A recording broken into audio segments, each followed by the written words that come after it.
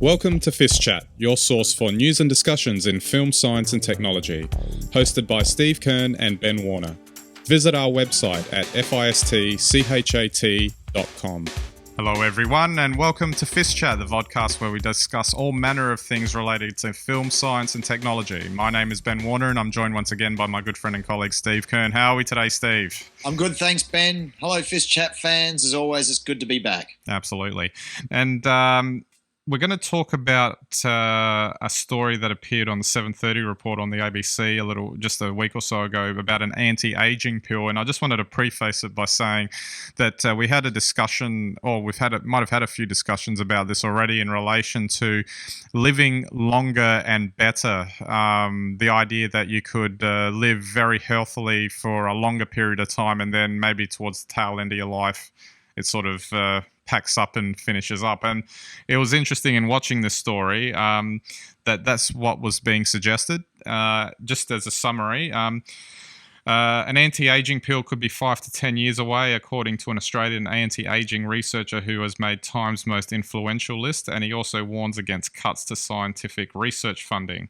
That's David Sinclair, and he was actually saying that you could be playing tennis well into your 90s, and that sort of thing. And it also has implications for treating diseases like diabetes and Alzheimer's as well. So it was quite interesting. And he's basing this at the moment on, I think it was research done with mice and how they've been reacting to some of the treatments. So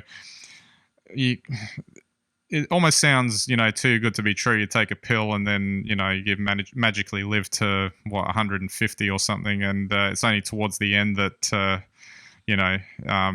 it goes downhill. Yeah, I mean, that's the idea. And I'm intrigued by the notion that there'll be a pill. Because there's actually two converging, ideas here. Mm. So one is you can take a pill and beat aging. But then there's also the regenerative medicine technologies as well, which are, kind of there as well. I don't ever think it'll be as simple as just taking a pill, but I could be wrong.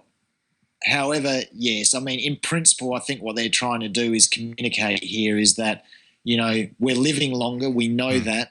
And there is research that's being done now that will definitely get our ages and our quality of life up along with those ages. So playing tennis into your 90s, believe it or not, is a possibility.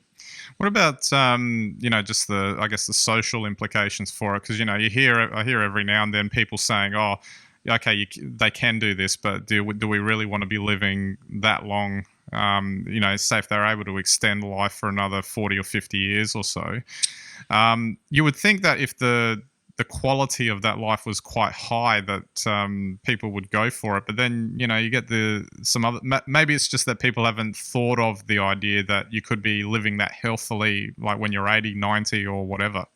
Well, I've discussed this with a lot of people because it's an interesting topic, and most people, what we forget and the elderly in our society are forgotten people. We tend to think that once you pass 70, you're done. Yeah. But people are living, not everyone, suffers huge mental decline, or physically, of course they do, but there are a lot of very bright, very, beautiful people, no more, no less so than someone 50 years their junior in their 80s and 90s. Yeah. It's happening now. I mean, I think the thing that is amazing is that, we could start to remove that prejudice towards age.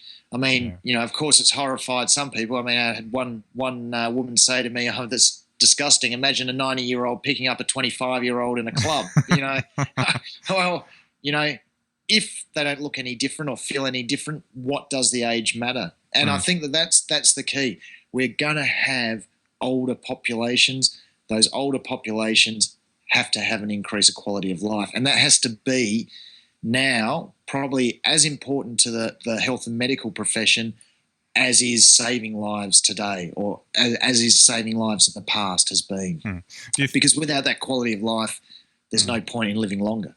Do you think, I know that, from a scientist point of view, that they're obviously looking to see if it can be done, but I'm just wondering. We know it can be done. Is it just what other motivations could there be for them trying to go for this sort of discovery? Is it just to to improve the quality of life, or is there a genuine feeling that part of their desire is also to see if all of us can live longer? That sort of idea is that part of where it's coming from? This because there always has to be a reason why, a motivation as to why a lot of these science. It's like going into space. Why do we want to have a desire to travel into space? It's not necessarily about finding out the scientific intricacies down to the micro level. It's about, we want to explore that frontier kind of thing. So I'm just wondering, at that level, would you have any idea as far as what they're looking at in that respect? I have an idea. Look, it'll be different,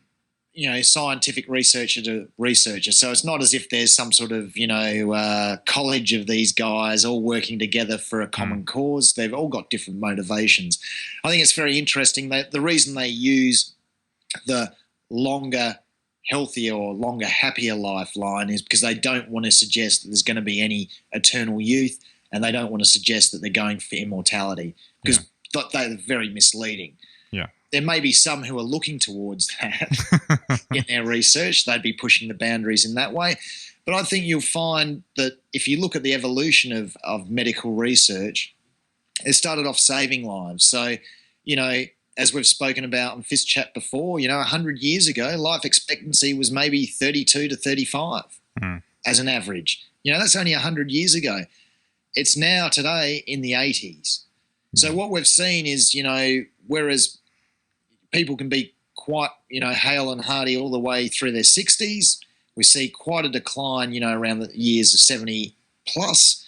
And I think now, as I said before, that the real responsibility for the medical profession and those scientists and researchers is to say, well, look, thanks to modern medicine, people are living into their 80s, into their 90s. We need to do everything we can to maintain quality of life. And I quite genuinely think that that's the main motivation. Because let's face it, chances are we're all going to get there. Why shouldn't we all, be, productive, happy and healthy members of society? What about, just finally, a question of how readily available something like this would be for the general public? I mean, you would think in the initial stages it'd probably be an expensive sort of treatment to get. That's right, but Ben, everybody's going to want this. It'll be very expensive at first, but the fact is the prices will come down because everybody will buy it. Yeah. It's as simple as that. Who wouldn't? It'd be like getting some sort of immunization or inoculation or something. Yeah, I think ultimately it will. I mean, it may always stay very expensive. Who knows? But I would imagine that it'll become commonplace. It'll have all sorts of implications anyway in terms of society. There will be huge shifts. I mean, in Australia now we've lifted the retirement age to 70 if you want to collect a pension. But really, if you were physically on top of your game at 70, why wouldn't you continue for another 10 or 15 years? Or at least in a part-time capacity? Because the experience that you would have and the knowledge that you would have, you would be contributing great things back to any organisation that had you. Yeah. The major fear now is as you get older that you're not as, productive or as efficient, which is complete BS, by the way. But, it's amazing. You could fix ageism with a pill. It's a pretty remarkable achievement, and we'll definitely get there. We may not, as I say, get it in the pill, in a quick and easy format, but regenerative medicines, a lot of the medical treatments you'll see over the next decade will all start to assist with this. So very exciting times. Yeah, absolutely. And then you get a USB slot a little while after. Exactly, and the Matrix plug-in. Cool. We might move on from that. It's interesting. And the last point I just wanted to make is that they were looking at it could be, within the next decade or two that they may actually have something, which is quite astonishing in that sense. All right, we'll move on to our news bites. And this one's from theguardian.com. Film critic responds to outrage over linking Seth Rogen with Elliot Rodger. This is just more fun, I guess. A film critic, linking a comedy star with that killing spree in Hollywood, and it's just a question of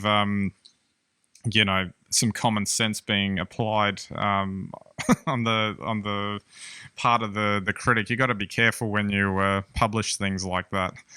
Well, I don't see any reason to name names if you believe that. I wonder though, if it's just a film critic trying to attract some attention to themselves. I wouldn't put it past them. I don't know. Is that dangerous to say that, Ben? Oh, probably not. Actually, just as a broader issue in terms of the idea of the clickbait headline is that exactly. You get.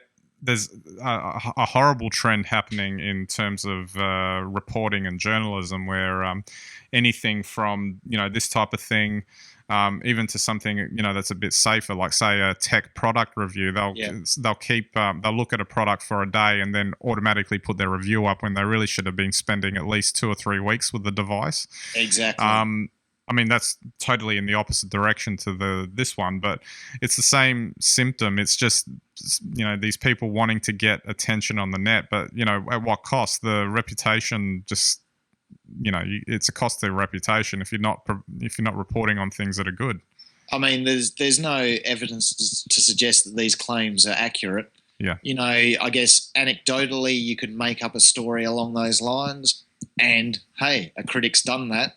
But whether or not, I don't know. And it's kind of sad. It's kind of sad if we're living in a world where all types of reporting, reviewing, and whatever in the media is just become sensationalized and tabloid in nature. Well, that's right. I mean, it's a ridiculous assumption, especially when I'm sure that the critic didn't know. Well, certainly probably didn't know the perpetrator, and probably got snubbed once by Seth Rogen. Yeah, exactly. All right, we move on to our science news bite from the Daily Telegraph. Aussie science program The Curiosity Show makes a comeback after 24 years, and I thought I'd throw this in since I used to watch it when I was a kid back in the 80s, but they had a picture of the 2 guys. I can't recall their names Robin now. Dean. Yeah, but they're looking a little worse for wear in the photo that they got them. But if they can get the show back on and introduce it to a new generation of kids, I guess it would be a good thing. Well, it's an interesting thing. I mean, they could probably just show repeats, and Still get the same thing. The show's a timeless classic, so they could show repeats, and I'm sure they get an audience. And you could remake it, and I'm sure you get an audience. It's good, interesting science, and that's why it lasted for so long. Exactly. And just finally, our tech news bite from Gizmodo. Unbelievable display technology uses levitating particles as pixels. And this had actually an interesting picture attached to the article where you could actually see the levitating particles. The pixie dust display uses sound waves to create images and animations from real particles that appear to float in midair. It probably sounds implausible, but there's video of it in action, which you can go and check out. And yes, what you're seeing is actually happening. No gimmicks or special effects. So it is a special effect, isn't it? Yeah.